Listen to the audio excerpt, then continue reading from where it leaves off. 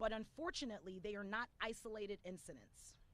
There were at least 13 mass shootings over this past weekend alone. They left 17 people dead and dozens injured. Communities in Philadelphia, Chattanooga, Phoenix, and many more cities and communities have been torn apart. Families are never going to be the same again.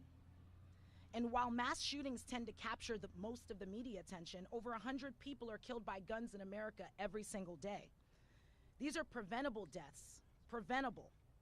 Gun suicides, domestic violence, community violence, unintentional shootings. We know what will stop the crisis, but leaders in Washington must take action. That is why we're here today. The Senate needs to pass universal background checks, a foundational gun safety policy that is broadly popular. It must also swiftly confirm Steve Dettelbeck as the next director of the ATF so that the agency is better equipped to enforce the gun laws that are already on the books. The House and the Senate must also pass legislation related to extreme risk protection orders, as well as a law to ban large capacity magazines. We must protect families and intimate partners by keeping guns out of the hands of those who commit abuse. There is so little that Congress has done to prevent gun violence, and now is the chance to change that. Today is the day. President Biden led prevention efforts after the 2012 Sandy Hook shooting, and as president, he has cracked down on ghost guns and pushed intervention solutions to cycles of gun violence.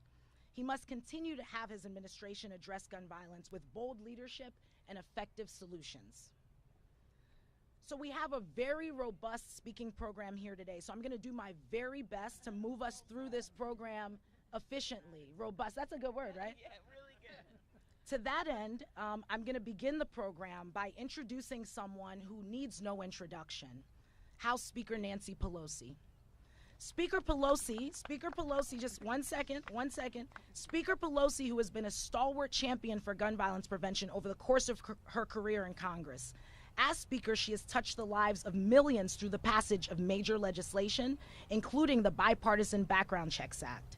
As a loyal, dedicated friend to our founder, former Congresswoman Gabby Giffords, she has been with us every step of the way. And as an advocate for gun violence prevention, she has no equal. Ladies and gentlemen, Speaker Nancy Pelosi.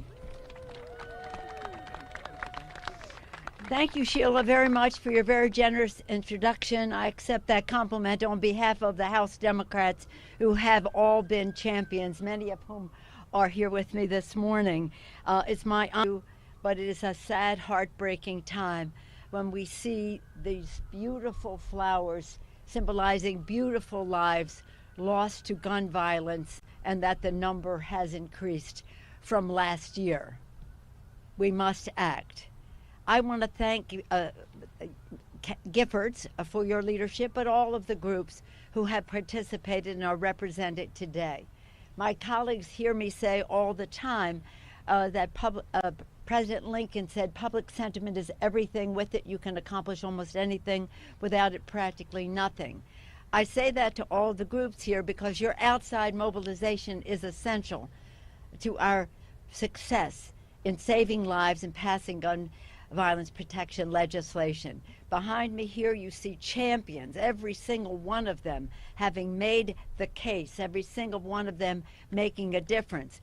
And their inside maneuvering can just take us so far. It's the outside mobilization. So give yourselves a hand for what you are doing on the outside. I have a lot to tell you today, but we have a great number of speakers, so I will just focus on Gabby Giffords. Gabby is, many of us had the privilege of serving with her in Congress, and when we had the sad news of the assault on her life, it struck us in a way that we had never really felt before.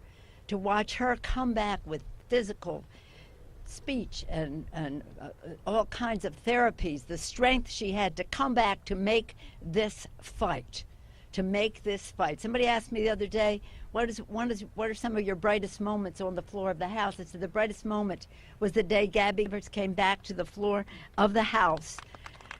And I never saw an ovation like that. She is someone who is respected and across the country, an inspiration to so many. An inspiration that is, again, making a difference, but again, more needs to be done. I just do want to point out one of my colleagues, Lucy Macbeth, who is a constant, everyday inspiration. She's turned her own personal grief into action to save lives. And while many of our members are here, I want her legislation.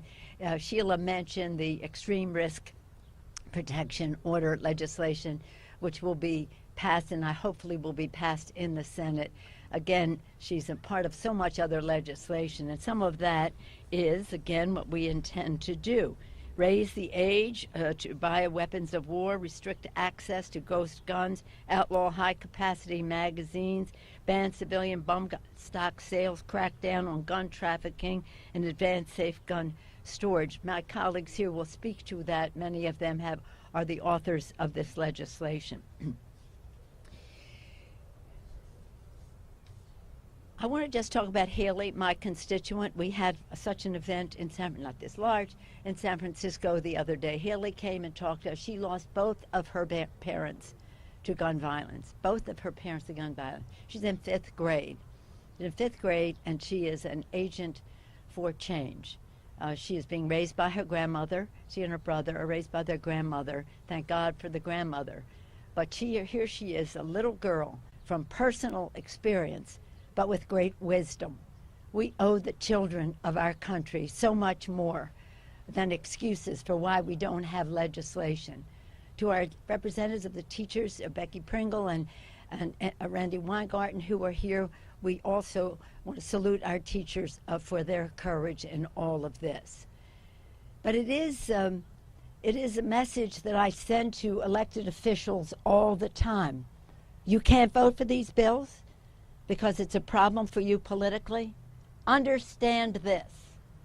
Your political survival is nothing compared to the survival of our children. We must protect them. So now it is my privilege to yield the floor of them all to a great leader, a dear friend and former colleague of many of us, an inspiration to millions of Americans, an absolute force in the fight against gun violence, our former colleague, Congresswoman Gabby Giffords.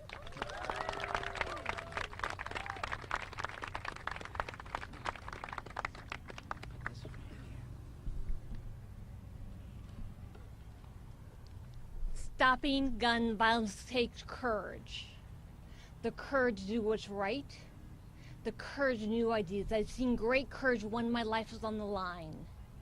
Now is the time to come together. Be responsible. Democrats, Republicans, everyone. We must never stop fighting. Fight, fight, fight. Be bold. Be courageous. The nation's counting on you. Thank you very much.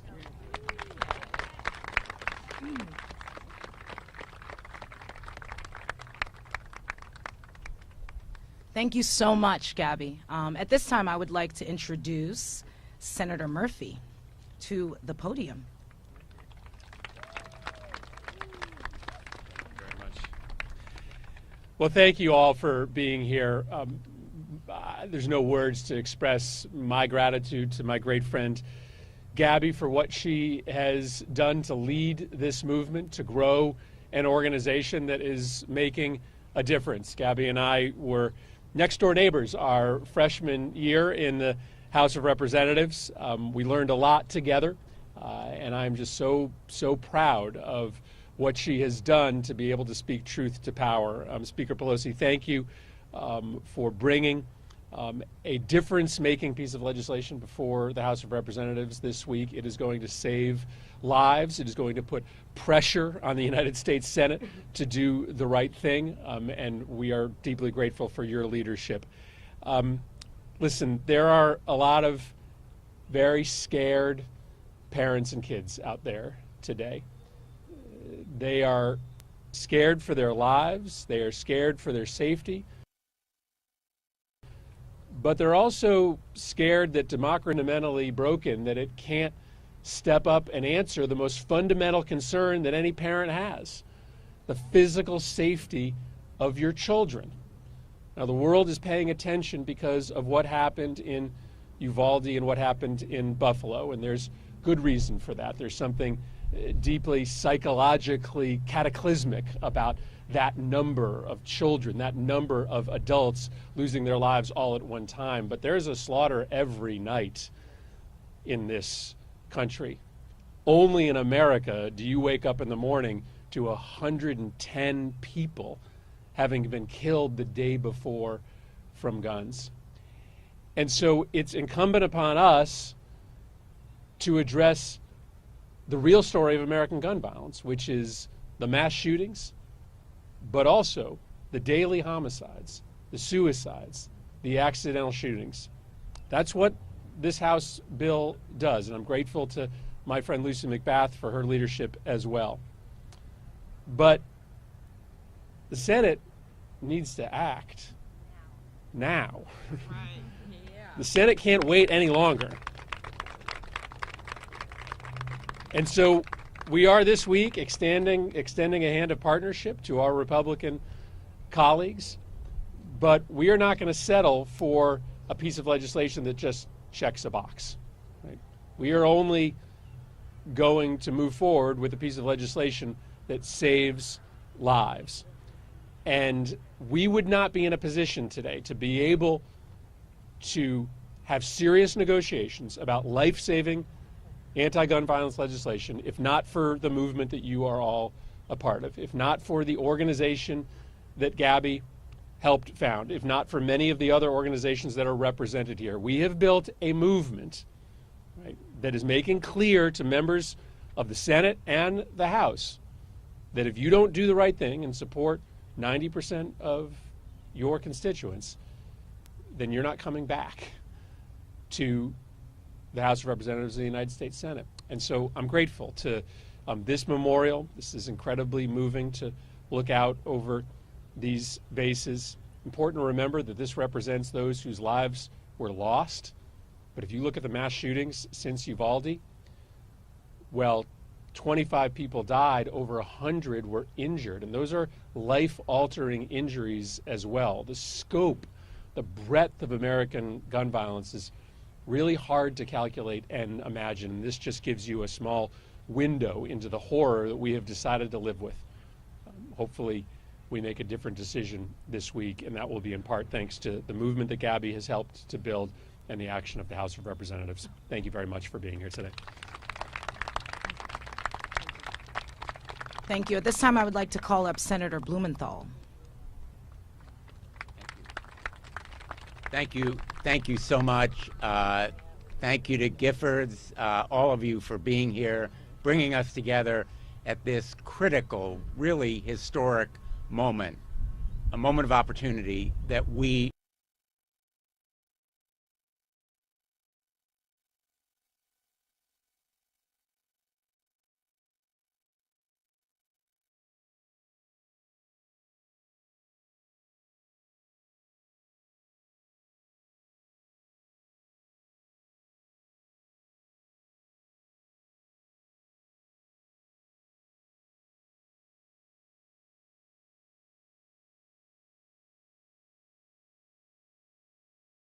must seize. Now, I want to begin with a story. No public attention. Gabby Giffords came there to give heart and hope to those families that gathered, their lives broken. Literally, most of them still raw with the tears and the grief of that moment. And Gabby Giffords, by her presence, by her words, by the force of her personal story, gave them heart and hope, and they have been champions. The Sandy Hook survivors and families have been champions of gun violence prevention. And I want to pay tribute today to all of the survivors who continue to come forward, continue to relive their stories of horror and heartbreak. And Gabby Giffords gives them, all of them, the role model and the mentor and the example of personal courage, grace under pressure that inspires us all. So if you take nothing else away from today, it is her message: fight.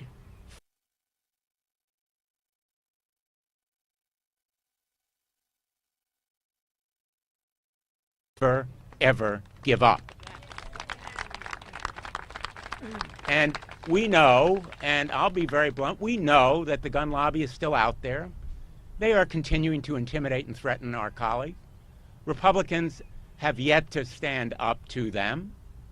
We still have an uphill battle, but we are determined to seize this moment and save lives, because we have a responsibility to the American people and to our own conscience.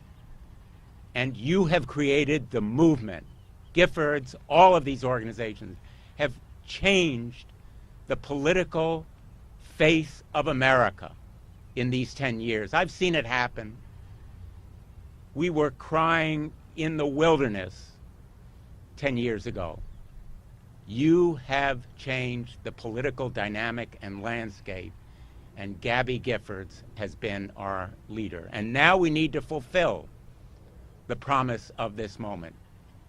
Not with window dressing or face saving, not with checking the box, but with real and meaningful action. And if we can do it on red flag laws and improving the background check system, and yes, mental health, school security, why not raise the age that's required to purchase guns? Seems to make such simple sense. All of these measures are common sense, sensible measures. And I've been privileged to partner with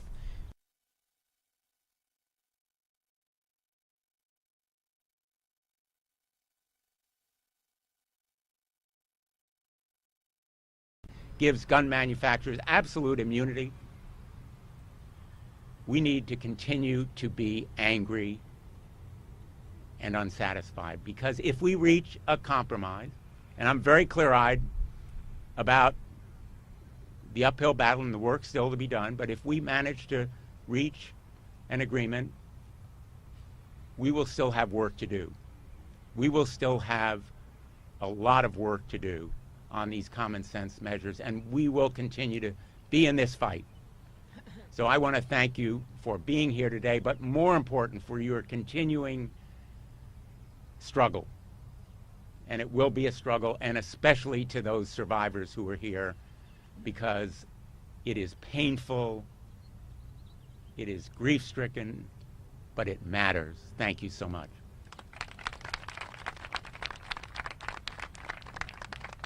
Thank you. This time I would like to call up Senator Klobuchar. Thank you so much. Thank you, Madam Speaker, for doing your job as usual.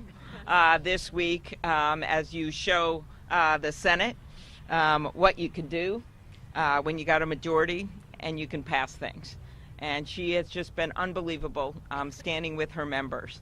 I want to thank Gabby, because whenever I get down about this fight, whenever I see those little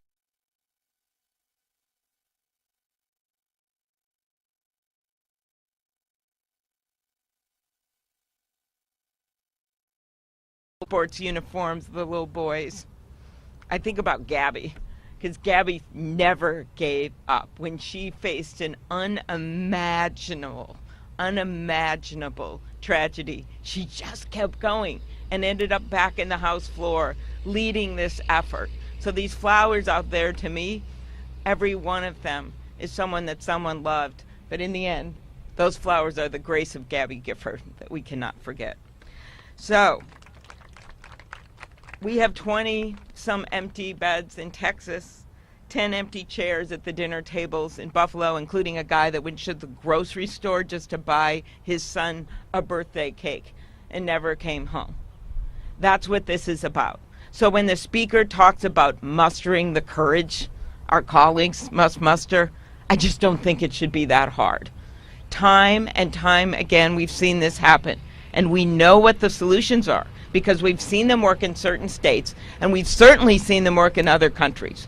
So how can anyone go home and explain why an 18-year-old can't get a drink, but he can go and order an AR-15 off of the internet after he gets targeted from a company with an ad destined for him.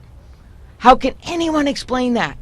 And so I think we have gotten to the point where you look at the numbers, 70, 80% of the public with us.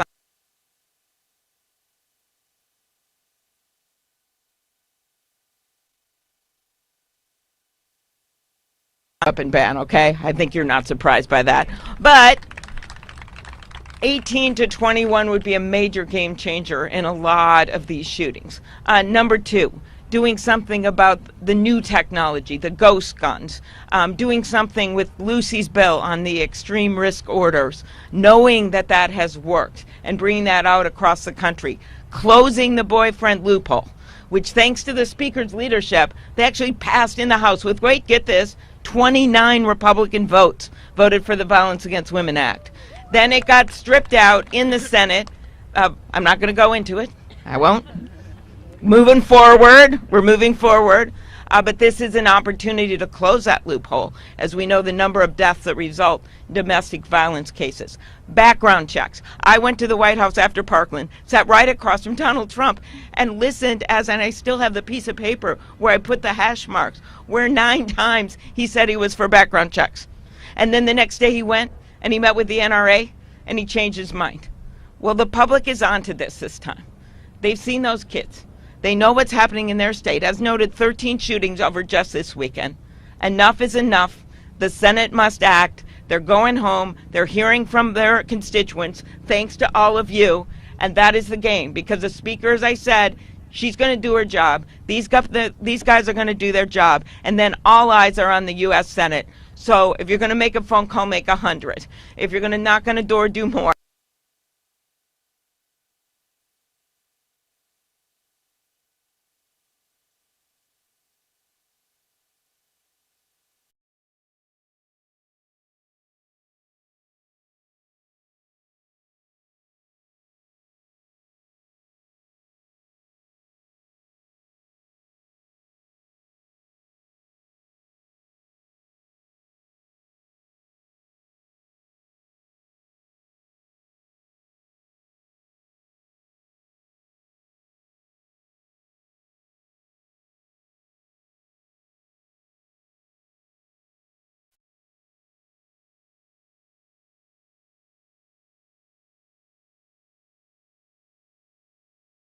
Going to do her job. These guys are going to do their job, and then all eyes are on the U.S. Senate. So if you're going to make a phone call, make 100.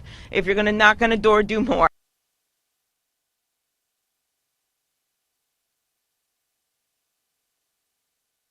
That no one is immune from, and that it's our responsibility as Americans to make sure that everyone in this country can live freely, unfettered by unnecessary gun violence.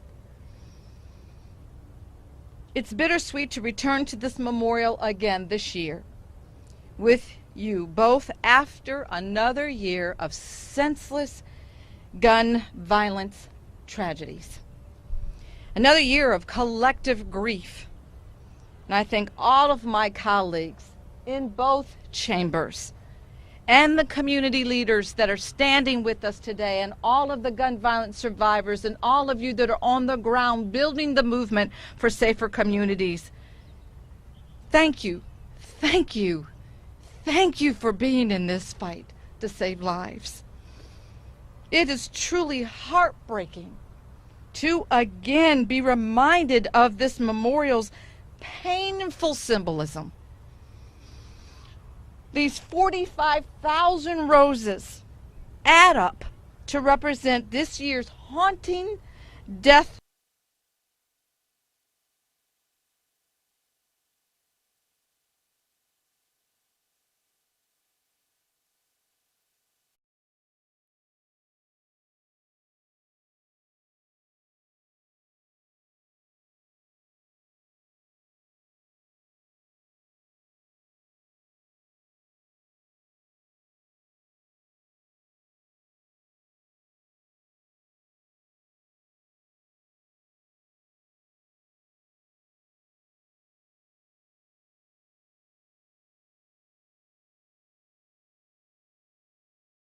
toll of our uniquely American epidemic, paying for the weapons of war on our streets with the blood of our children sitting in their classrooms. We are paying for unfettered gun access with mothers and fathers waiting in line for a DNA test, forced to find out if the massacre inside the school claimed their child. An entire generation of children is learning that the adults they look up to cannot or absolutely refuse to protect them. Who are we as a nation if we don't protect the least of these? Who are we as a nation if we don't protect our most vulnerable? Who are we as a nation if we do not, for the life of God, protect our children? We all agree that the status quo is absolutely unacceptable. And we all understand that the murder of our children cannot continue. And I have faith with every one of you that's here today. I have faith in the promise of a better tomorrow, a better America, because we are definitely better than this. I have faith in the power that we have as a people to make change in our world and to make our nation brighter and better and a more humanitarian nation. And above all, to make it stronger. It's that faith that has motivated me each and every single day that I get out of bed, nearly for a decade now, since my son Jordan was taken from me from unnecessary gun violence simply for playing loud music in his car. A future with improved background checks and red flag laws like the one that I introduced and that we will be voting on this week. All of these measures we'll be voting on this critical, vital, important week. A future that keeps guns out of the hands of those who should not have them. A future that keeps our children alive and thriving.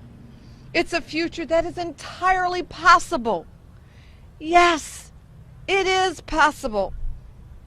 It's one that we can build, and it's one that I intend to spend the rest of my life fighting for. Because this ever-growing club of violence of survivors like myself and many that are standing in the crowd today, and with Gabby, so many of us here today, there are too many members of us in this club. Too many lives lost to unnecessary gun violence. We cannot wait another moment. We cannot wait for the Senate to act. They must act now. Lives depend on it each and every moment.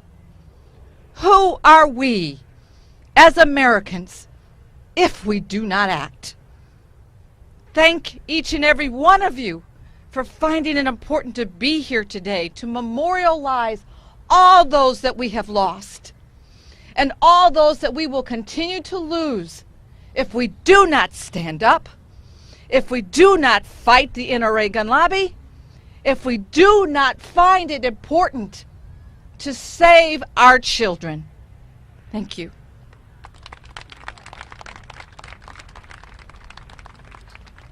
Thank you, Representative. At this time, I'd like to call up Representative Robin Kelly.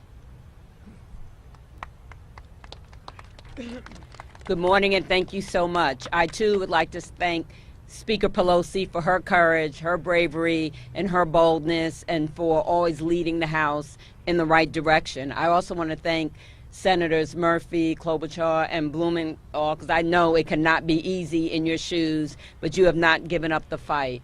And I want to thank Gabby and Lucy and survivors in the audience, because you don't have to do this. You can go on with your life, but you're being so selfless, and you're sharing your stories, and you're fighting with us, and you're showing your courage and bravery. So I just want to give a hand to all the survivors in the audience, and thank you so much.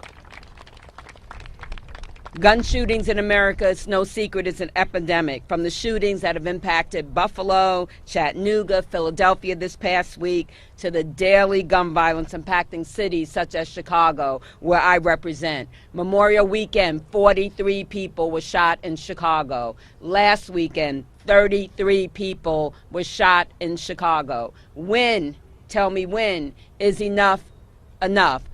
How many have to die, or who is it, before we truly take action, before we get this done? I've been working since my first day in Congress and before to pass gun safety legislation, and I'm encouraged. Not going to take just us. We need all of you in the fight. We need you to call your senators and your House members to let them know that you are watching. You are watching, and what you see will influence what you do at the polls. Not telling you who to vote for, but what you see will influence what you do at the polls. And please, I hope some of you are from some of those red states, because we need your help there. We need your help there. I have a bill, my Prevent Gun Trafficking Act, which is included in the Protecting Our Kids Act, because you often hear Chicago has the toughest gun laws, but look what happens there. Well, over 60% of our crime guns come from Indiana and Wisconsin. And since I've been in Congress, the laws in Indiana and Wisconsin have gotten easier to buy a gun. And those of us that live in Illinois and live in Chicago, we are paying the price with our lives. So we have to get these bills passed. The Senate has to do their part. We don't want them to be the place where bills go to die. Also, we have to get the director of the ATF in place, because there has not been leadership there, and that is extremely, extremely important.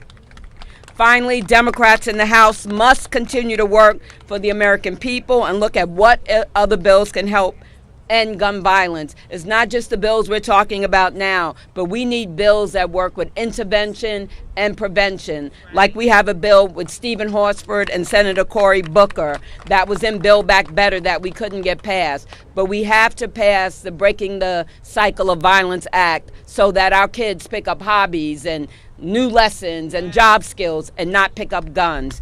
And in all of this, we have to think about our teachers. They go to work to teach, not to worry about losing their lives. We have to think about cashiers in a grocery store, or people that do hair in a salon, or people going to watch a movie.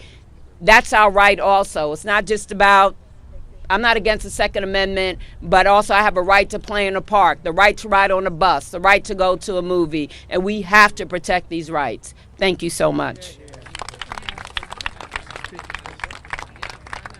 Thank you, Representative. This time I'd like to call up Senator Schumer.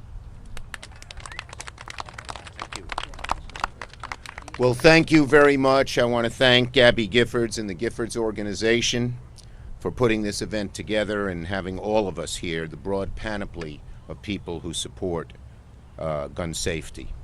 Now, many of us here have spent years, decades, on gun violence. I'm the author of the Brady Law. There are tens of thousands of people living today. They don't know who they are because that law was passed. I put the assault weapons bill through the floor of the House as well. This was in 1994, and it's amazing how little progress we have made since then. The power of the NRA is just unbelievable. But guess what? We have the people behind us. We have right behind us. We have the momentum behind us as well, and we will prevail. My father passed away in November. He's still here. And here's what he taught me. He taught me two things: help people who need help. But the second thing he taught me is, if you're doing the right thing and you persist, God will make sure you succeed. Yes. We are doing the right thing. Are we going to persist? Yes. And are we going to win? Yes. We will. We will. The pictures, this is such a powerful sight, and I'm sure it's been said before, but when you think of the families, the friends, the communities that are grieving because each of these flowers is planted, because a life has been taken away from us unnecessarily, and you see the increase in gun violence in the orange, flowers behind us, you know that this is an issue where we can't just say the status quo is okay. I was in Buffalo right after the shooting. I met a 3-year-old little boy, a beautiful little boy. His father had said, "I'm going over to the top supermarket to buy you a birthday cake." His father never came back because he was black and at a supermarket. That was it. That was the reason he was shot. That little boy, that whole family, all of their friends will live with that the rest of their lives, as will the whole community of East Buffalo. And then in Uvalde, to see the pictures. I was not there, but you see a little boy with a trophy, 10-year-old. A 9-year-old with a sweatshirt proudly talking about what she believed in. And every one of us who has had kids has experienced those moments when our kids come home with those trophies or wear those t-shirts, and these kids are just gone. It's just, it defies words. It defies words. So I can't get out of my mind these people who have been lost.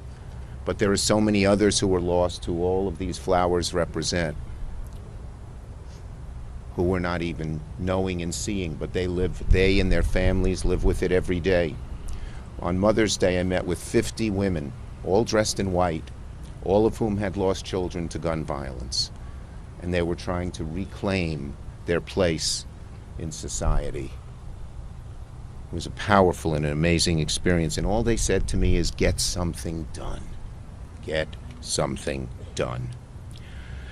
This year already, as the orange flowers symbolize, we have had 250 mass shootings. We've only had 150 some odd days this year. That means more than one mass shooting each day. We hear of some of them, we don't hear of most of them.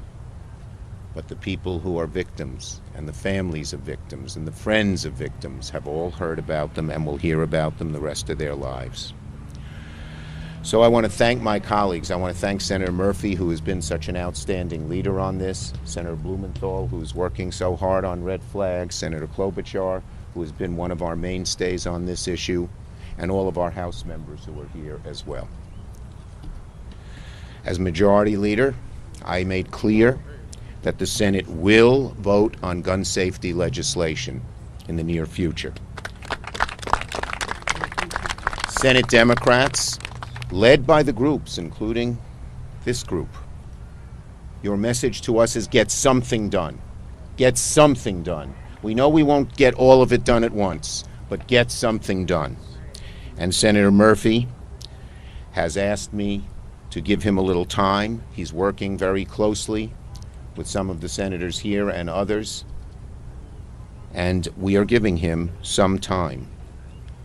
And we know in the proposal that they have, because so many of our colleagues on the other side of the aisle are unwilling to go forward, will not have everything we want. But that will only be the beginning. We know that the push for gun safety will continue, for universal background checks, for a ban on assault weapons, and tough red flag laws, and so many other things will continue even after these rounds of discussions have terminated. But we're going to get something passed through this chamber as long as it will make a tangible difference in gun violence. Who do we owe it to? We owe it to America's parents. We owe it to America's kids. We owe it to every person now who is worried as they see somebody, as they walk down the street or walk at a train station or an airport or take their kids to school, that they won't be next. All of America is thinking of that now, because these rounds of gun violence have been so frequent and so deadly. We're under no illusion that what we want to do remains a tall order. We know that so many on the other side of the aisle have their heads in the sand and are unwilling to do what 90% of America wants them to do. But we are going to persist. And we are going to persist until we succeed, until we don't see any more pictures of 10-year-olds with trophies. We don't hear any more stories of 3-year-olds whose father was shot down in a store because he was black. We don't hear stories from all of our communities that people are still afraid because gun violence is so rampant. We will fight until that is over, O-V-E-R. Not half over, not three-quarters over, but over. So let me thank once again, the Giffords organization and Gabby for her tremendous strength and courage. Let me thank all of you who are fighting so hard to make sure we get something done here.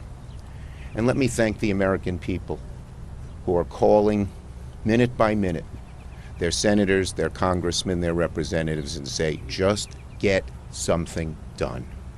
Thank you, everybody. Thank you, Senator. I love that. We are going to persist. All right. Hope everyone's doing okay. At this time, I'd like to call up Representative Wasserman Schultz. Thank you very much. It is seared into my memory the day that I got the call that one of my dearest friends, Gabby Giffords, had been shot. And there were hours that we actually thought she had not made it.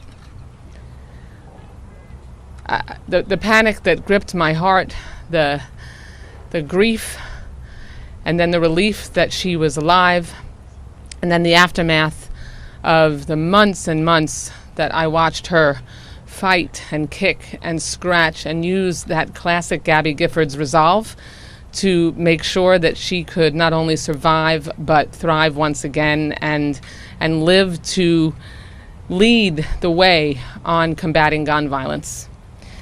Now, what kind of a friend would I be if I didn't let you all know that tomorrow is Gabby's birthday?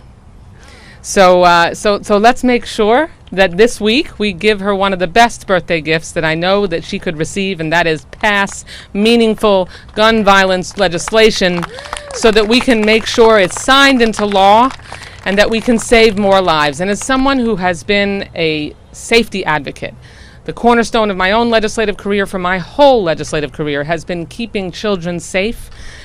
I know that you'll never know how many lives you save by the legislation that you pass, the laws that put obstacles in the path of someone who would cause harm, either through intentional or accidental harm.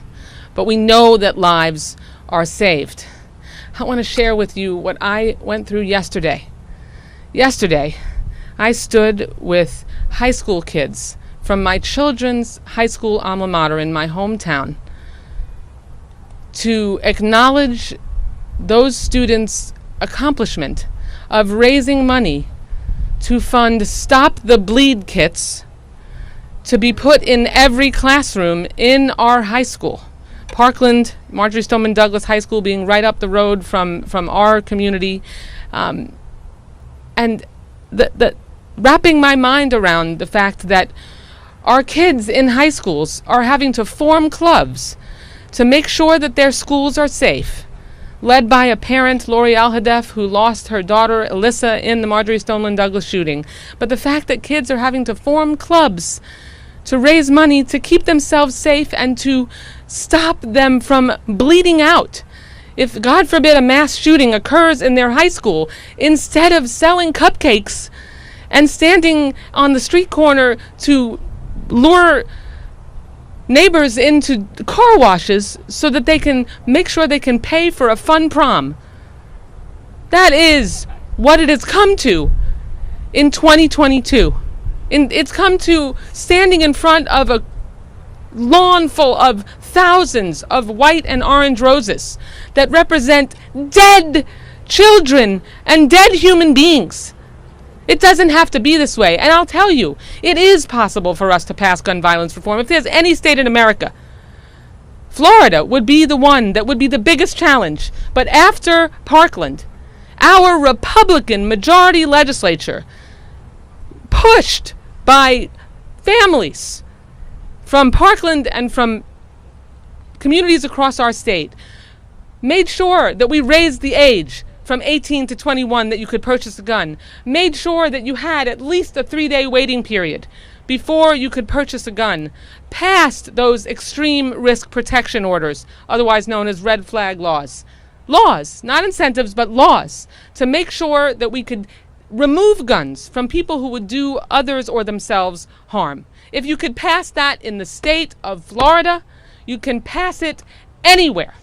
And we have to make sure that we give you the resolve, give the parents and the communities across this country the resolve to continue to push us. That's why legislation that we are going to have in our package this week is going to continue to put pressure on the United States Senate to at least do something. We're legislators. As legislators, we delight in incremental change. We have to, or we would all crack up. But I'm here to tell you, and I'll close with this, and Senator Blumenthal is still here, and I want to thank him for being the Senate lead, as I am on the House side, to pass Jamie's Law. Because one of those common sense things we can do, raise your hand if you already knew that ammunition is illegal to purchase if you are already a prohibited purchaser, a convicted felon, a domestic violence abuser, or adjudicated mentally ill. Did you know? Raise your hand if you knew that it's illegal to purchase ammunition. If you were in one of those categories, there are very few hands raised. You know what? It's illegal, and we don't check. There's no background check if you're to catch whether you're a prohibited purchaser. So we need to pass Jamie's Law to just add a simple background check to make sure that someone who shouldn't have a gun and maybe can't get it because they're a convicted felon or in one of those categories also can't purchase thousands of rounds of ammunition with no questions asked. That's unacceptable, and we have to stop that. And I'm just thankful that my friend Gabby Giffords had the courage that she always had before her own tragedy, and that we are led by her every single day. And she helps give us the resolve to keep going. Thank you so much. Thank you, Representative. I'd love to call up Representative Cicilline. Good morning. I am really delighted to be here. First, to see and be with Gabby Giffords again, who I had the privilege of serving with, and to thank her and Giffords for being such extraordinary leaders in this movement, and to thank in particular my colleague Lucy Macbeth, who every single day in the Judiciary Committee reminds us of why this fight is so critical, and surrounded by so many other colleagues. And I thank our Senate leaders who are here. And I want to just make a couple of points. One is, you know the numbers. We have a gun violence epidemic in America. Guns are now the leading cause of death for American kids. Let that sink in. The leading cause of death. More than 200 mass shootings this year alone, 27 school shootings this year alone, 45,000 families whose lives have been destroyed because of gun violence being symbolized by these flowers here today. And sometimes we lose sight because these numbers are so enormous. We should recognize that those who have survived gun violence or lost a loved one to gun violence, like Lucy or like Gabby or like so many who are here today, every time we have one of these gatherings to advocate for this, those families relive their experiences of getting that phone call, of identifying the body of a child, and all of the horrors that come from this gun violence. And so I think it is hardest to explain to anyone. I'm on the Foreign Affairs Committee and the Judiciary Committee. When I travel, inevitably, in every meeting with foreign leaders, they say, what is going on in America with guns? Why can't you fix this? Because great democracies can solve big problems. And to the young people who are part of this movement, I want to apologize to you. You should not have to be here. You should not have to be at a rally. You should not be demanding that you be able to go to school and be safe. That's on the adults. That's our responsibility, and we have failed you. But we have moved 2 really good bills to the Senate. We're going to move more this week, and it's on our Senate colleagues, particularly our Senate Republicans, who are blocking even universal criminal background checks, supported by 95% of the American people. Something is wrong. And by the way, it's not just the power of the gun lobby. It's the weakness of our elected officials who are willing to do the right thing to protect the lives of the constituents they serve. It's on the Republicans who are blocking this in the Senate. So I want to say thank you for being here. Thank you for what you are doing. We need to change the paradigm in America. So no longer can elected officials say, oh, you know, I'm worried. This might hurt me. It has to be the reverse. It has to be politically, you will not survive if you don't stand up and advance gun safety legislation in this country. That's the political risk, and you're helping change that. Thank you. Thank you, Representative. At this time, Representative Escobar. Buenos dias, everyone. Thank you so much for being here. I want to give a special shout out to the physicians, the moms, the kids, the gun owners, the Giffords participants. Thank you all for being here to put pressure on all of us. And I'm going to give a few words in Spanish for our Spanish language media. Les quiero dar las gracias a todos que están luchando con nosotros para evitar la tragedia que hemos visto en El Paso, en Uvalde, en otras comunidades. No tenemos que vivir y morir así en los Estados Unidos. Podemos cambiar las cosas si tenemos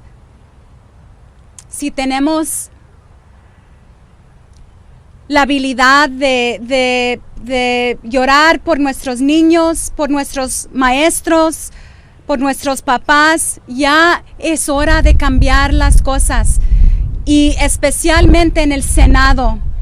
Tenemos colegas que no quieren cambiar las cosas, y por eso estamos aquí, para ponerle presión a cada persona que no quiere participar en ser parte de la solución. 23 vases here on this mall are here for El Paso, Texas. In August of 2019, August 3rd of 2019, a white supremacist, a domestic terrorist, drove over 10 hours to my community to slaughter people at a Walmart who are Mexican or who he believed are immigrants, in a racially motivated killing, not unlike what happened in Buffalo. And there weren't just 23 people who were slaughtered. There have been dozens of people who were injured who still today have to go through physical therapy, have to have surgeries, have medical bills as a result of that. And the entire community was devastated. And so this week, the House of Representatives is going to take action. And we will be taking action on a number of bills. 4 of those bills would have addressed the last 4 mass shootings in Texas, in Midland, in Santa Fe, in El Paso, in Uvalde, raising the age from 18 to 21, ensuring safe storage to avoid children getting into guns, background checks, and red flag laws. We know what it takes to change things. We know it. Those 23 people in El Paso didn't have to die. And let me tell you, my friends, it is no longer a question of if this kind of carnage will come to your community. It's a matter of when it will come to your community, unless we act. So we will take action in the House. And Senator, thank you for being here. Thank you for your leadership. And it was great to see the Senate Majority Leader and Senators Klobuchar and Murphy here. But I do want to say, please don't give us a fig leaf. Please don't give us a fig leaf. Because let me tell you, it wasn't, in El Paso, it wasn't the mental health, it was the hate. And in El Paso, it wasn't the school, it was the grocery store. In other communities, it's the hospitals, it's the outdoor concert venues, you name it. Every person in this country is vulnerable. And no, it's not the doors, it's the guns. It's the guns. So the answers are clear. It is on us. This week, the House will act, and we need to keep the pressure on the Senate. And let me tell you, I know we're not supposed to be political, but you need to hold us accountable.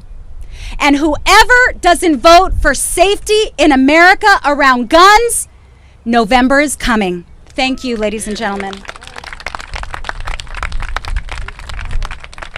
Thank you, thank you. Definitely stay hydrated. I see some folks passing out water. It's hot out here. We want to make sure everyone's okay. And thank you for your patience. Would love to call up Representative Garamendi. Thank you. When actually occurred in my Senate district in California in 1989 at the Cleveland elementary school. An assault weapon, 5 dead, more than 30 injured. AK-47. At the hospital the next day, a grieving family hoping that their child would survive. A refugee from Laos, and they asked, how could this happen in America? We came here to be safe. So in answer to Ms. Escobar's question, when has been with us a long time. Gabby Gifford, wisdom, tenacity, courage, determination, all of those and more. 435 of us have been elected by Americans to solve a critical national problem. Wisdom, determination, courage, we need that now. We just need the very same courage of those children and that teacher in Uvalde as they fought for their lives. And the courage today. Do we have it? It's blowing in the wind, my friends. It's blowing in the wind. We'll see. Thank you.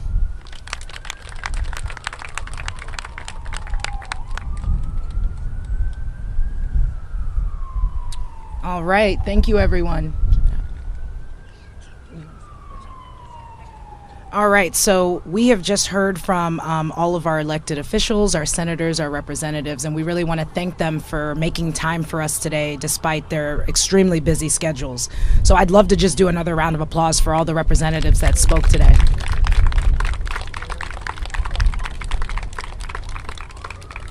All right, at this time, I'm going to introduce you all to a slew of amazing speakers, activists, folks that work in the movement, folks that work outside of the movement that are inextricably linked to gun violence.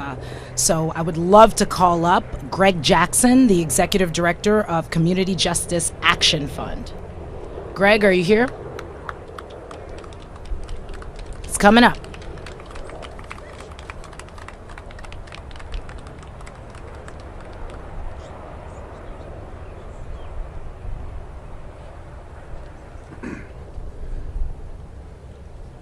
All right, good morning. Good morning. All right, thank you. I can always count on DC. So I'm Greg Jackson. I'm the Executive Director for the Community Justice Action Fund. We're an organization committed to ending gun violence in Black and brown communities. But I'm also here as a survivor of gun violence. And for too many of our communities, memorials aren't as beautiful as this. You know, on my corner, there was a young woman who was shot on a corner store on 16th Street. And her memorial is 6 bullet wounds in that corner store, 6 bullet holes. When we were in Buffalo, when you look at everything surrounding Top Supermarket, their memorial were flowers, balloons for those who have been lost, for grandmothers that have been lost. And since I was shot in 2013, every year we've seen 100,000 people shot or killed by gun violence like this. And so that means nearly 1 million people have been lost or directly impacted by gun violence. And those are more than just stats. Those are real people from our community. People like Karan Brown, who from my neighborhood and was part of a mentorship program I was a part of, lost his life days after organizing his own Stop the Violence event with the Boys Institute. Like Pearl Young, 77 years old in Buffalo, who was a former first lady of her church and gunned down by an assault rifle. Like Micaiah Wilson, who was shot while simply getting ice cream in her neighborhood and lost forever. And Pamela Thomas, who was so afraid of violence in her neighborhood here in Northeast DC that she wrote her own eulogy before being shot and killed in front of her son Rufus. These flowers do not represent numbers or stats. They represent real people, real lives, and real trauma in our communities every day. And what I will say is that the communities are resilient. We have leaders behind me, leaders to the left of me that are fighting every single day to do this hard work to save lives and putting their lives on the line every single day. People like Dante Barksdale in Baltimore, who devoted his entire life to doing violence intervention work, underpaid, overworked, and unfortunately lost his life to gun violence while trying to intervene in conflict. We know that our communities have the leaders that are doing the work.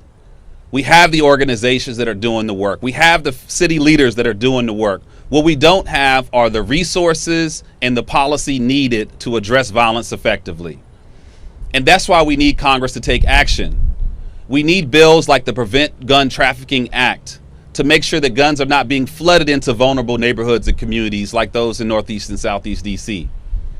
We need the Break the Cycle of Violence Act that would invest $6.5 billion into violence intervention and prevention programs. And we need Congress to take the courage to act to pass the Protect Our Kids Act package. So we're standing here as community leaders, as activists, but most importantly, the people that are doing the real work every day. And all we're asking of Congress right now is to do their job and support the people who are fighting hard every single day. So thank you again, and we look forward to seeing Congress taking action this week. Thank you, Greg. I'd love to call up the president of the American Federation of Teachers, Randy Weingarten.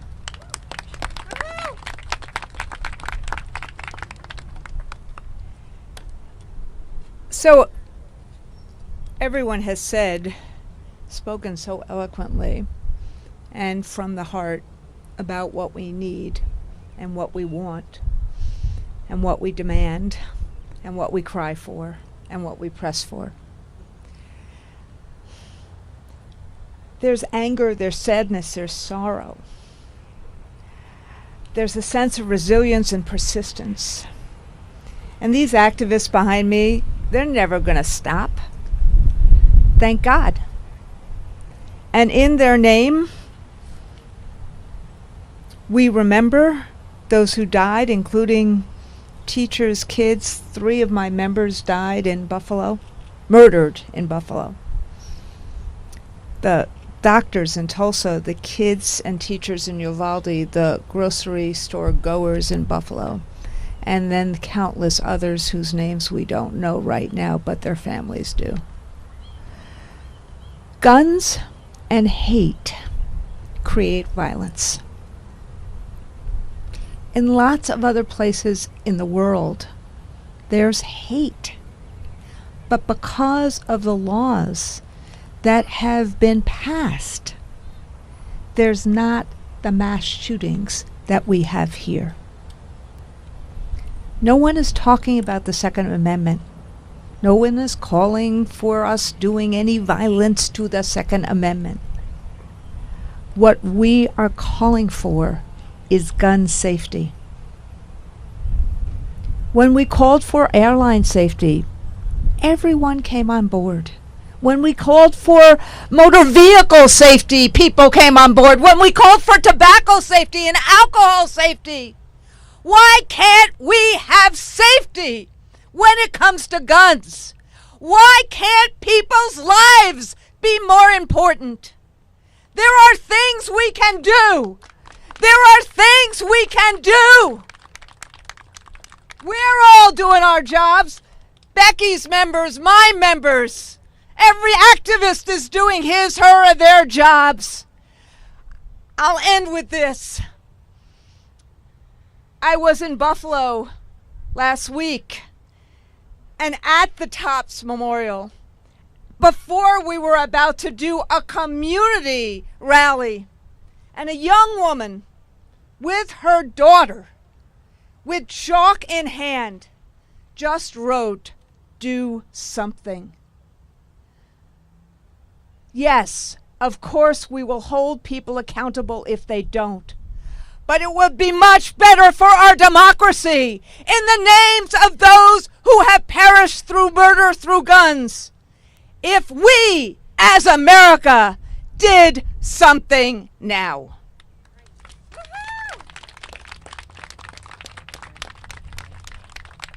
Thank you, Randy. Fired up. I'm excited.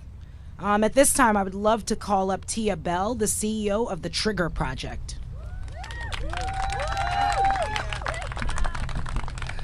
Good morning, everyone. Happy I say happy Gun Violence Awareness Month, not because of the joy that is absent when we lose as survivors, but because we have an opportunity as survivors to bring together and become true fellowship and display power and loss in a way that brings us essence and grace and tragedy that we don't get to do a lot. So I just start today as a survivor, as a founder of a nonprofit organization aiming to prevent gun violence, with gratitude for everyone, with the courage you used today to show up. I want to acknowledge that because we're pushing policy, we're pushing laws, we're standing here together, but it is very hard to wake up and get up and do what we do, being if you're on one side of the camera or the other. So I just want to start with gratitude for Giffords and for the fellowship of all of us survivors.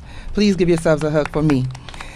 I've used a lot of my 2 minutes just to explain that and bring that, but I want to share that as the founder, I'm 6'4", so I want you guys to hear me, but I'm the founder of the Trigger Project. It's the True Reasons I Grabbed the Gun Evolved from Risk project. It started in 2019. I was a survivor like Gregory. My mom got shot in her left leg when I was just 10 years old, and between almost losing my mother at 10 and then losing my uncle at 17, I lost more friends than I can count.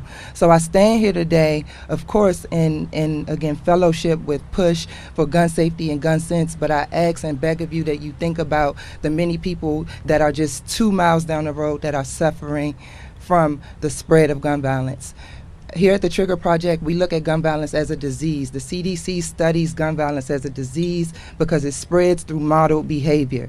So there are true reasons I grabbed a gun that evolved from risk like high emotional distress, despair, lack of opportunity, support, and services. So we need the resources, we need the funding, because we're going to keep doing the work, but we need to last. So that hopefully in 20 years when my newborn son is finishing college or finishing whatever endeavor he wants to pursue at that young age, he can be in a safe world. I thank you. I ask that you guys push to invest in prevention. We have the many gun policy laws for safety, the many gun policy laws enact, again, for intervention, but prevention is the absence of disease. I ask that you guys invest. I thank you again for your time, your courage as survivors, and my condolences. Bless you.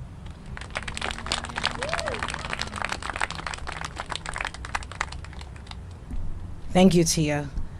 Would love to call up Chris Brown, the president of Brady.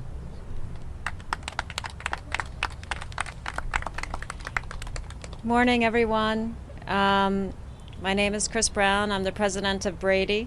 And I just want to say thank you to Giffords for hosting this event, for giving us a platform, all of us in the gun violence prevention movement, all of the survivors that I see, and all of you, thank you for joining us today, because we're on the right side of history. I hope all of America is paying attention, because we collectively, all of us, have had enough. We, as parents, as children, as mothers, daughters, nephews, nieces, look every day and wonder, are we safe? Can we walk down the street? Can we go to the movies? Can we go to school? Can we shop at our grocery store and be safe and not be targeted by a combination of hate and complete ease in accessing guns in this country? It's hard for me to reflect on how many horrific things all of us have been witnessing over the last couple of weeks, in particular on the news, about the impact of gun violence. For many of you here today, you know that well, deeply, and personally. One that sticks with me the most as a mother of an 18 and 20-year-old is a conversation that a mother in Uvalde had with her daughter, terrified after being in the school, obviously grateful to have survived. She asked her mother, "Mommy, what picture will you show of me when I'm shot at school?" Just let that sit for a minute. and understand that the trauma we are inflicting on our children is horrific. And the thing, as the president of Brady, that upsets me the most is that it is absolutely preventable, because laws work. Laws actually work. And I don't have to say that in a hypothetical way. I know it, because Jim and Sarah Brady passed the Brady background check system, and it's been in effect for more than a quarter century. And guess how many gun purchases have been stopped by that law? Over 4 million and counting. More than 600 every single day are stopped. And you know what is the most upsetting part of this? That still 1 in 5 guns is sold today with no background check at all. And the answer is very simple. It's sitting in the Senate. And it has been for over a year. It's called H.R. 8. And it stands for a very simple proposition that I think is very important for every single American, you all know, but every person listening to understand. When the Brady Law was enacted in 1993, it was before something called the internet was invented. It's before gun shows were big business, and today they are. As a result, private sellers, not technically subject to the Brady Law, because they weren't around in big number at the time, can sell guns with no background check at all. And people are dying every day because of this. That's what's at stake. And let me just say something, I think, about the Second Amendment here. What we're talking about with the Brady Law and all of these bills that the House is marking up is our public safety. It is about whether we live or die. It's about our right, constitutional rights, enshrined by John Locke and Forward, to life, liberty, and the pursuit of happiness. No American wants a version of the Second Amendment that is an insurrectionist version that swallows every other basic right, including the most fundamental right to live. So I ask members of the United States Senate, because the House has done their job. We have a few members in the United States Senate that belong to one party that say things after Uvalde like, oh, it's about the doors. And they somehow are using talking points from the National Rifle Association that haven't been updated since the last slaughter at schools. But I think Americans are fed up, don't you? I think Americans want change, and I stand with all of these amazing organizations, with all of you activists. We are strong, we are mighty, we are standing for justice, we are standing for saving lives. We want the Senate to act. Yes, please confirm Steve Dettelbach to be the head of ATF. Put a law enforcement agent at the top of that agency. And the Biden administration needs to continue to do all it is doing already to fill any gaps in the law. Let's make that happen. Thank you very much. Thank you, Chris. Joanna and Ikea Hardy from Guns Down Friday. How y'all doing today? Look, let's take a moment. That big bang, gun violence really traumatizes us, because that bang just sent us all, woo. So how y'all doing again? I'm a little nervous. I'm in the streets a lot. I don't really do stuff like this. So yes. Good afternoon, everyone. My name is Miss Hardy, and I am the founder of Guns Down Friday. I want to first give honor and show love to every family under the sound of my voice that has lost a loved one to gun violence. Due to gun violence, we have lost little babies, children, students, mothers and fathers, sisters and brothers, friends and neighbors. I would also like to show love and honor to our community activists, law enforcement, and active elected officials that are creating change in our community and world. Today, we are here because America wants change. While mass shootings capture most media attention, 100 people are killed by guns in America every day in preventable gun suicide, domestic violence, and community violence. Today, we are here not asking for change, but demanding. In my community, we are discriminated on even after death. In the eyes of the law, black lives are devalued even after death. 2 years ago, Council Member Trayon White introduced a bill aimed changing the way the legal systems values wrongful death lawsuits linked to black victims, called the Stormyer Bill. A bill that says all lives are equal, even after death, no matter the race or gender. This bill has yet to be passed, alongside with so many other bills, programs, fundings, sitting idle because Congress chooses to do nothing. Congress, the time is now. Can y'all say it with me? The time is now. I can't hear y'all. The time is now. Thank you. Guns Down Friday, guns down in our home streets and communities.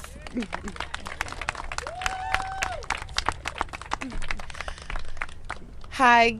Hello, everyone. My name is Ikea Hardy, and I am the Executive Director of Women in Heels. I joined Joanna as the frontline staff in our city aimed towards reducing gun violence. I particularly work with women and youth girls just to provide them resources so that they are less likely to be involved in any gun violence activity. As the frontline staff, this job is not easy. It's very hard on our mental, and a lot goes into this that we don't get to talk about often because of the work that we do and the what goes into it. So I just wanted to take this time to say that we need more resources and more aid, more funding in our fight to reduce gun violence right here in our own city. And so that's all I have. Thank you for this opportunity and this platform, and I look forward to continue to do the work. Thank you. Thank you both. Thank you both. Dr. Joseph Saccharin from This Is Our Lane. Well, good morning. It's great to be here, and I want to thank Giffords for putting together this event. Look, I come to this conversation both as a survivor of gun violence and someone who's a trauma surgeon in Baltimore. And every day we face the horrific reality of gun violence in America. You know, I'm grateful to be surrounded by so many friends and activists and survivors, but the fact that we're here means that we are here at the cost of people's lives. And I'll tell you what, as we stand on the heels of Uvalde, where children were massacred at school, and Buffalo, where you had a person that massacred a black community, as you've heard earlier, these mass shootings that get the attention of the media and the public are less than 2% of the public health problem we face. And in fact, in cities like Baltimore, where I work, every day, like last night when I was on call, we have young black men, we have pregnant moms, we have high school students that are being slaughtered on our streets. And we have the responsibility to tell those stories. You know, when you think about what's happening in America, we continue to wake up day after day with these senseless tragedies. And of course, these flowers that represent those that have died are so significant. We always talk about the death. But don't forget that for every one of these deaths, there are about 2 to 3 non-fatal injuries. And it's not just the physical trauma. It's also the mental and the emotional trauma. I mean, imagine this. A child in America took blood off of a dead classmate and rubbed it on herself in hopes that if the gunman came back, he would think she was dead. That's happening in America now. We should be ashamed. This is unacceptable. I love my job. I love what I do. But the best medical treatment is prevention. And I can't tell you the worst part of my job is having to go out and to talk to these moms and dads and explain to them that their child that left that morning is never coming home again. There's no more birthdays or graduations. They're just left with simply the picture of their child on that wall. We can't accept that. We must not accept that. And you want to know what? When you look at Americans are not divided. The majority of Americans want common sense legislation.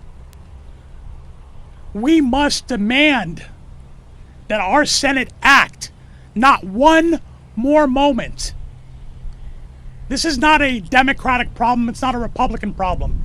It's a uniquely American problem. And I implore the Senate to act this week and not waste another moment. Thank you. Thank you, Doctor. Would love to call up Becky Pringle, the president of the National Education Association.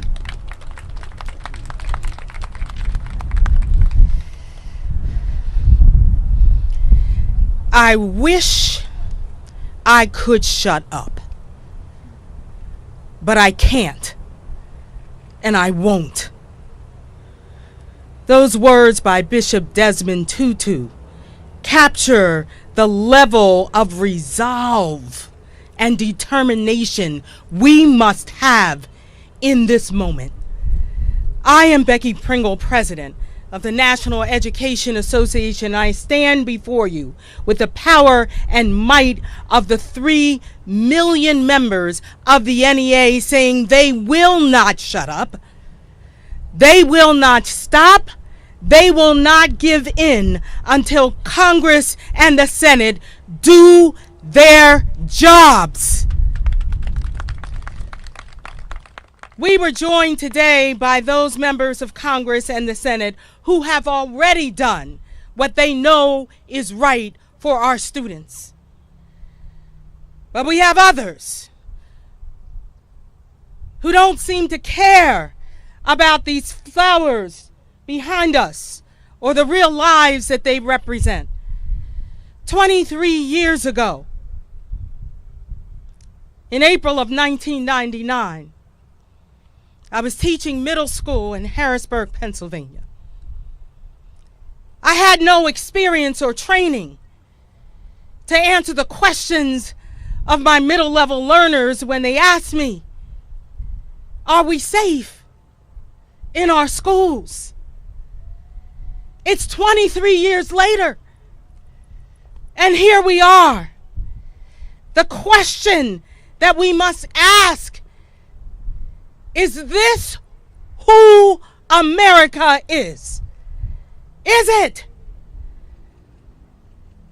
Until we pass comprehensive, common sense gun laws, which the majority of Americans support, it is who we are. But we are here to say no more. This is not the America we are going to be anymore. We have activists standing behind us who are saying enough. Enough. We have people all over this country rising up and saying no more. We have our students. Our students are babies who are begging us to do what's right. We will rally and we will organize and we will vote because our students, our babies, are depending on us to be worthy of them.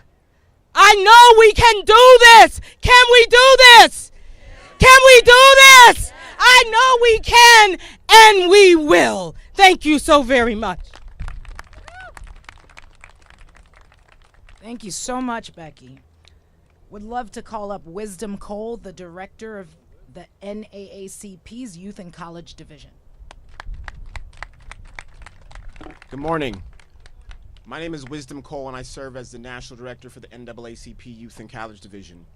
I also come to you today as a former teacher and a survivor of a school shooting. Gun violence must end today because it impacts real lives.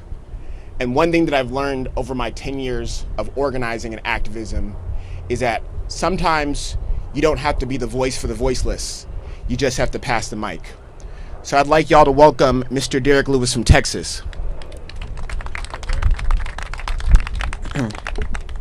Good morning. I greet you with a smile, but my heart is definitely broken.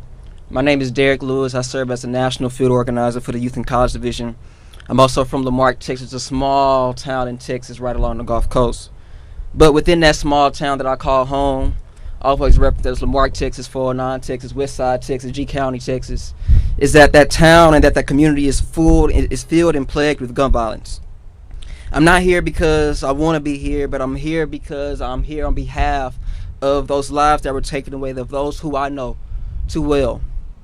Lil Pratt, Mike Parker, Rodney Stahl, Carlton Smith, Perry Preston, Jordan Boxley, Tavon Hubbard, Bria Lockett, and M. Deasy. Those lives who were taken too early, some weren't able to see 28, most of them weren't able to see 21. This is a result from easy access to guns and a lack of investment into youth, the community, or as we like to call it, we need the resources. We live in a society where the access is easier to get a gun than it is to cast your vote on a ballot box. Mass shooting after mass shooting, our society is not in the greatest health condition. Thoughts and prayers can only go so far. Doing the same thing and expecting a different result is insanity. We've been praying the same prayer since the 1990s. When are we going to move and understand that faith without work is dead and we need action? The solution is policy. It's radical love to create a healthy society that is proactively protecting black people. Radical love that invests in youth in the future to ensure that they can be the future community leaders and the leaders of tomorrow and or today. Radical love that will put people over profit. So my ask is very simple. Is that we have real leaders who understand faith without works is dead, that no thoughts and prayers but policy, banning AR-15s, universal background checks, establishing domestic terrorists, yes, I said establishing a domestic terror list, and enforcing red flag laws. This has been enough bloodshed to act, and clearly to any elected official, and for those who have voting power, if they don't act, vote them out.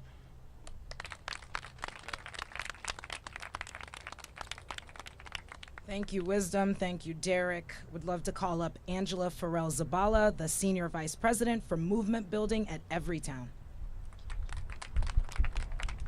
Thank you, Sheila. Thank you so much. Good morning, everybody. It may be afternoon. Good afternoon if it is. As you've all heard today, this is our moment. Senators are negotiating gun safety legislation right now, and this is our best chance in a decade to get Congress to act and pass these laws that will save lives. We're here to talk about what's at stake. We're here to lift up the stories of survivors, and we're here for each other. Because showing up for each other is how we've made it this far as a gun violence prevention movement, and it's how we'll keep going, even when it's tough, and it's how we're going to make the future of our country safer. My name is Angela Farrell Zabala, and I'm the Senior Vice President of Movement Building at Everytown for Gun Safety and Moms Demand Action. But above all, I'm a mother of 4. I'm a person of faith. I'm a resident of the District of Columbia, and I live in Ward 7, southeast of this city. Our organization, all together, have been working in partnership with Giffords and so many others that you've heard from today to do one simple thing: stop this gun violence epidemic. I want to extend my personal gratitude to survivors here today for sharing their stories, and for all those who have spoken today, and all those for showing up, and everyone across the country who's turning in on live stream. As I said, our moment is right now. Every day in this country, more than 110 people are killed with guns, and hundreds more are wounded. It simply doesn't have to be this way. We don't have to accept this as normal. The Senate needs to hear from us. That means wearing out our dial pads, recruiting our family and friends to do the same, and making sure that there isn't 1 second that our target senators' offices or that their phones aren't ringing off the hooks with one of us on the other end of the line. Already hundreds and thousands have sent messages and made calls to contact our senators within the last 2 weeks to tell them, do your jobs, take action, end this epidemic. When senators used to pick up their phones in their offices, it was the NRA calling.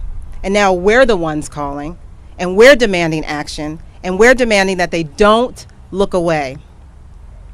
That's how this movement is greater than the sum of its parts, because we show up and we represent the overwhelming majority of people in this country in saying enough is enough. Again, thank you to all for being with us today and for everything you've done to make this moment possible. Thank you. Thank you, Angela. We have a few more speakers, so I really just want to commend those of you that are still here. We really appreciate your attention to this very, very serious issue. I would love to call up now survivor and activist Charles King with Helping Others with Life.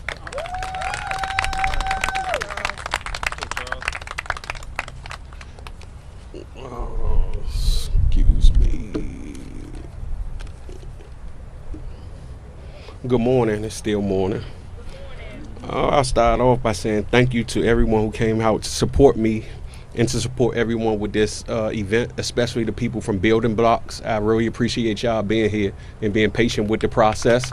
This is an organization here in D.C. that was founded by the Executive Office of the Mayor that has a very large impact in the violence reduction here in Washington, D.C. My name is Charles King. I'm the founder of Helping Others with Life, which is a nonprofit organization here in Washington. And I am a violence intervention specialist with the Office of Neighborhood Safety and Engagement under the Executive Office of the Mayor here in D.C. I am a gunshot survivor. I'll start by saying the word proactive. I say proactive because it's important in today's climate with gun violence. I support universal background checks. The President pledged to provide funding to help reduce violence in areas of violence intervention funding and several other ways that I support. Today we stand before a gun violence memorial with a total of 45,222 flowers representing lives lost to gun violence in 2020. In 2020, I experienced gun violence personally, as the mother of my son was a victim to gun violence that caused her death. She is represented today in this memorial of flowers.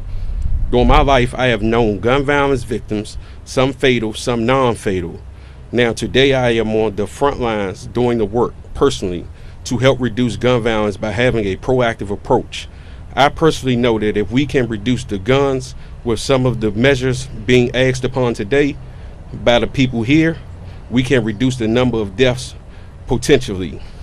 I stand before everyone here with everyone here to collectively help hopefully save some lives. I stand here hoping that our voices are heard so we don't have to experience another Buffalo or Texas incident. Before I end, I want to say together we stand, divided we fall, and thank you to the office of Ms. Giffords for the opportunity to be heard on this issue, and thank you to my son for being here with me today as I lend my voice on an issue that has affected us, impacted our lives both. Before I close, I just want to say thank you to everyone that does the work, the violence intervention work, because this is real work. We don't have the resources of the police department. Only thing we have is our word and our reputation and our credibility.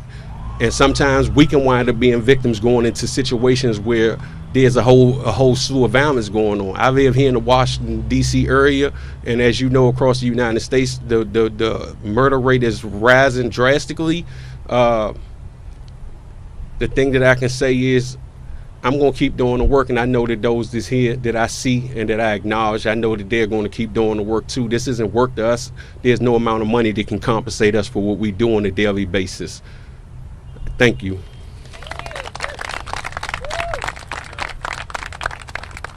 Thank you, Charles, and thank you for your patience. Would love to call up John Gold with Gun Owners for Safety.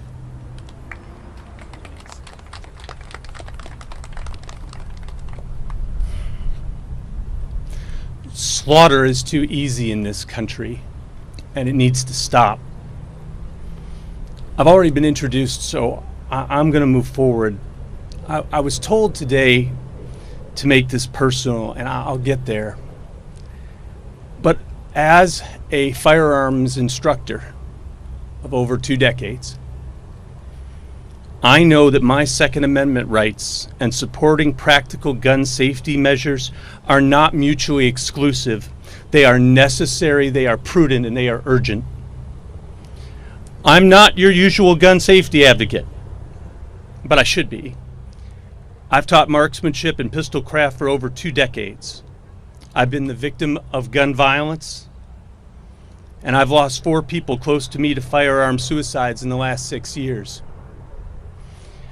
I have scars to remind me, but gun violence leaves more than just scarred tissue.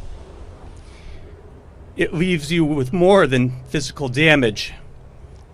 It leaves you with holes in your heart that tear at your soul. There's usually a point in a lot of these speeches where we ask for a moment of silence to honor the victims. I was going to do that, but I'm not going to today. I'm going to ask you for something else. I'm going to ask you to never, ever be silent again.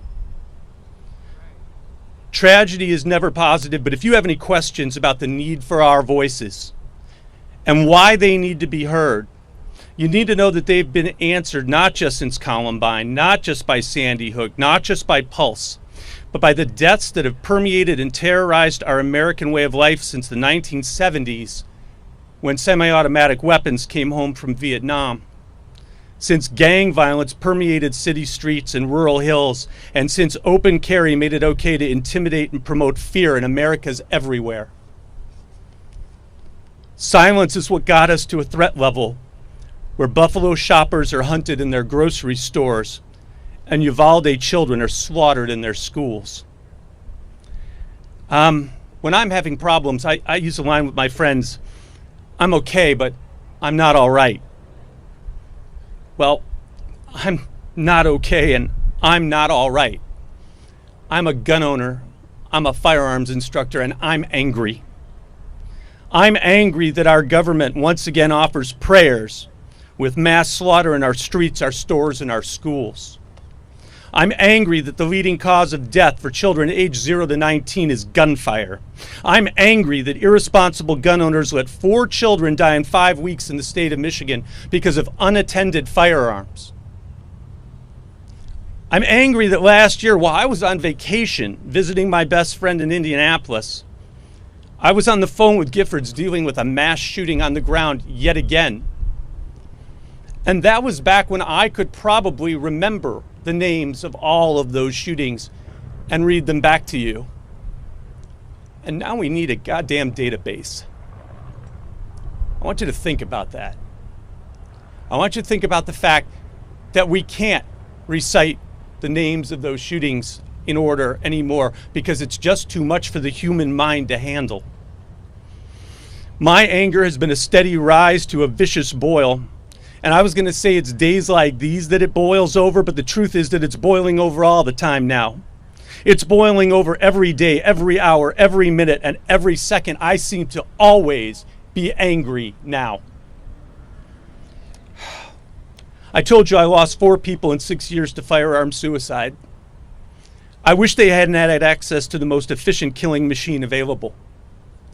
I wish we'd had a way to remove those guns without committing a crime. I wish we'd had red flag laws. I wish that we lived in a society that valued caring over Darwinism and hope over fear. I'm done wishing. I'm standing up for change, and I want you to stand with me. I'm going to turn that anger into action. I'm going to make partners, but I'm going to break down doors. As an advocate, I'm going to make them so tired of seeing me, they'll see me in their sleep. I'm not going to live in fear anymore. I'm going to stand in front.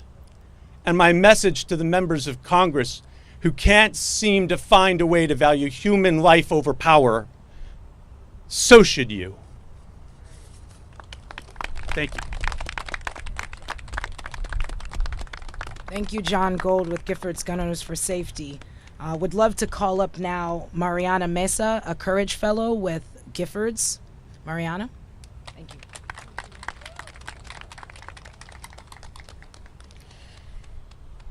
Hello everyone, my name is Mariana Mesa, and I am grateful for the opportunity to speak with you today as a Giffords Courage Fellow, traveling in from my hometown of El Paso, Texas. A city you perhaps recognize from a now fleeting story in the slew of your daily news. El Paso, a sprawling hearth of Latina culture and communal love as vibrant and unrelenting as the vivid sunsets and mountainous horizon that cradle it. Yet, the racially motivated massacre on August 3rd, 2019, rendered the beauty of my border community and its passionate individuals the subject of your yearly condolences masked behind the phrase, El Paso Strong. Similar to numerous every schools, every homes, every towns like my own. Oxford Strong, Uvalde Strong, sister cities in their transient notoriety left to find strength in devastation as our leaders shield themselves behind their sympathetic proclamations and vacant calls for action, each identical to the last. Leaders like Governor Greg Abbott are responsible for a heart-wrenching reality in which the names and the families behind these memorials become martyrs for the burgeoning pockets of politicians. Even just a few years of organizing in my community's name, including as a Courage Fellow, acquainted me with the fact that an extensive portion of those who carry the burden of martyrdom under gun violence are young people, with firearms constituting the leading cause of death amongst children. While this indicates the urgency of youth voices in the conversation surrounding gun violence prevention, it further attests to the downfalls of the media, often highlighting white, middle-class faces and failing to encompass the racial and economic identities of the victims of everyday gun violence. For the sake of Latina communities like mine and like Uvalde, do not forget about us again. Amplify the voices of the victims, community violence intervention, and mutual aid organizations over large nonprofits and politicians who exploit the grief of mass shootings. Additionally, recognize that gun violence transcends these incidents deemed newsworthy. Those closest to us, those most vulnerable can be affected, and thus necessitate an intersectional and comprehensive approach to community violence. We must deconstruct the culture of gun violence in America beyond regulating firearms, palatable rhetoric, and performative action. Do not grow complacent. Do not turn your back on us, for gun violence pierces through every lingering second of your inaction. Thank you.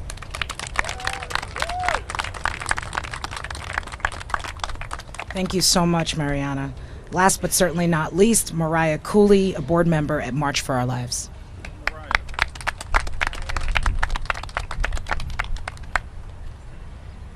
Hello, everyone.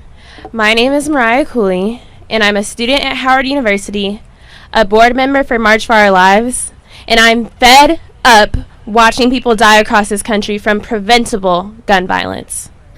Kids are being shot and killed, and our elected leaders are failing us. From Washington, D.C., through every state capital, where our leaders are choosing the gun lobby over saving our lives.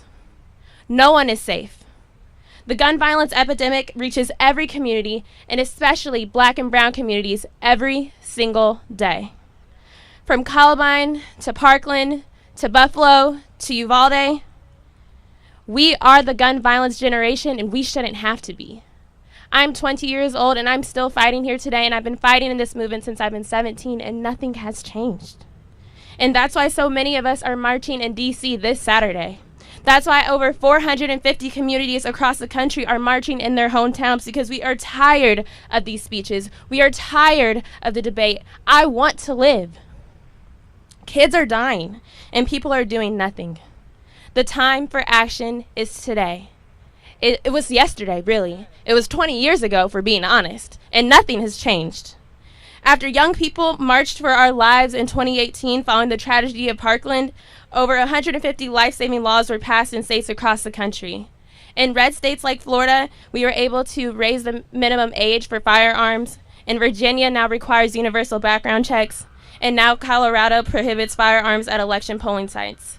But most importantly, my generation showed up, and our elected officials still failed. We had hundreds of thousands of voters in the midterm 2018 election, and we are still here today, and they're doing nothing. But we still have hope. We've always had serious, successful meetings with Republicans and Democrats in Washington, D.C., who are committed to taking action to save our lives. Dozens of us are speaking with lawmakers all week about this issue. But the meetings don't save lives. Action does. And we all march for our lives on June 11th. We will show those politicians that we are not just about talk, we're about action. Thank you.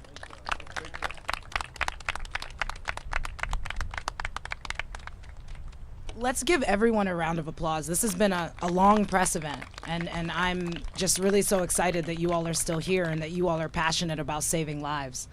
At this time, we're going to open it up to a few questions to see if press have any questions for anyone at Giffords or for any of the folks that are back here. Are there any questions?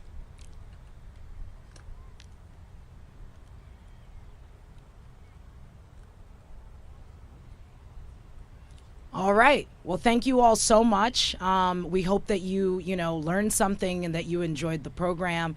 And we're really hoping that, we can push Congress to act so that we can prevent gun violence. Thank you all.